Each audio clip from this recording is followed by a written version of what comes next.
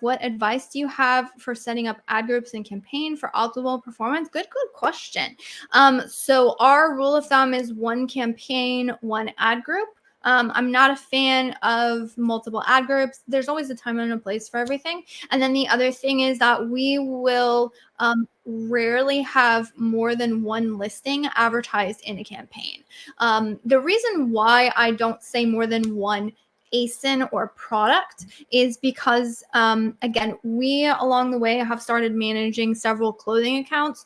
If you go and check out that video on how we advertise variations, there's a very specific reason why we will approach things the way that we do. And it's because we've started managing very large and very complex accounts.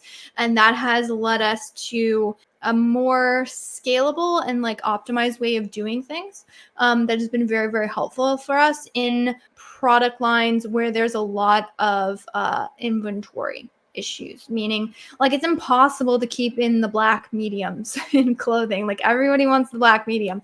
So you're always going to end up with those particular scenarios. And in that case, if we only have a single ASIN that is advertised in the campaign, if that ASIN goes out of stock, then the campaign essentially pauses and we might end up sort of shooting ourselves in the foot. And then we got to like scramble to add in the other variation.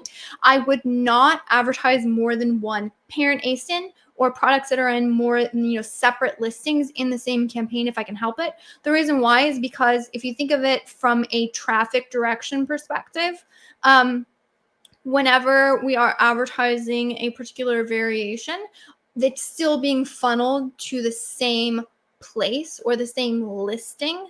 And then the shoppers could then choose to say, click around into whatever variation makes sense for them. However, if we are funneling traffic to separate listings, like that traffic is going different places. And the problem you have with when you group things like that is you have a much less control over how much your spend is going to those two different, you can think of them sort of as landing pages in a way. So if I have one product line that I want to dial up on and one product line I want to dial down on, then I'm kind of stuck in that case. Versus if I kept everything separate and clean, then it would be much, much better.